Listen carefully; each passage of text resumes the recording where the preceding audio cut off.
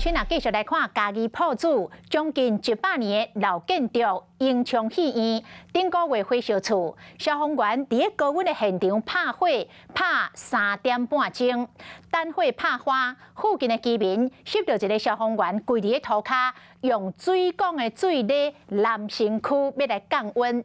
这个画面红铺起伫网络顶，感动真侪人。 有91年历史的英雄戏院，8月31日半暝，熊熊传出火灾。大火烧到真严，规栋的建筑物陷入火海，未输是一粒大火球，烧到家当港早起，天色渐渐光，才互拍花。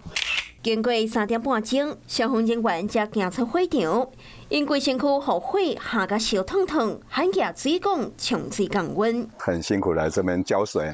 好，让自己身体降温。那我在门后面看得很感动，然后就拍下这个照片，这样。跪伫涂骹，表情真狼狽，头鬃甲防护衫拢澹漉漉。这张相片就是附近的居民翕来个铺起咧网络顶的，网友看甲是真感动。而了每一个消防人员拢是真正英雄。火场里面出来之后。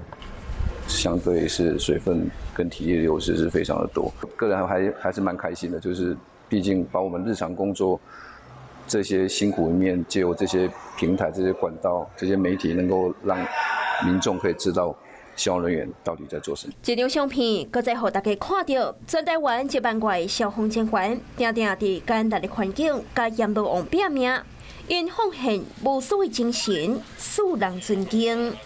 Hello， 我是雷亚，想要抢先掌握最及时的新闻资讯吗？赶快订阅、按赞、开启小铃铛，锁定华视新闻 YouTube 频道。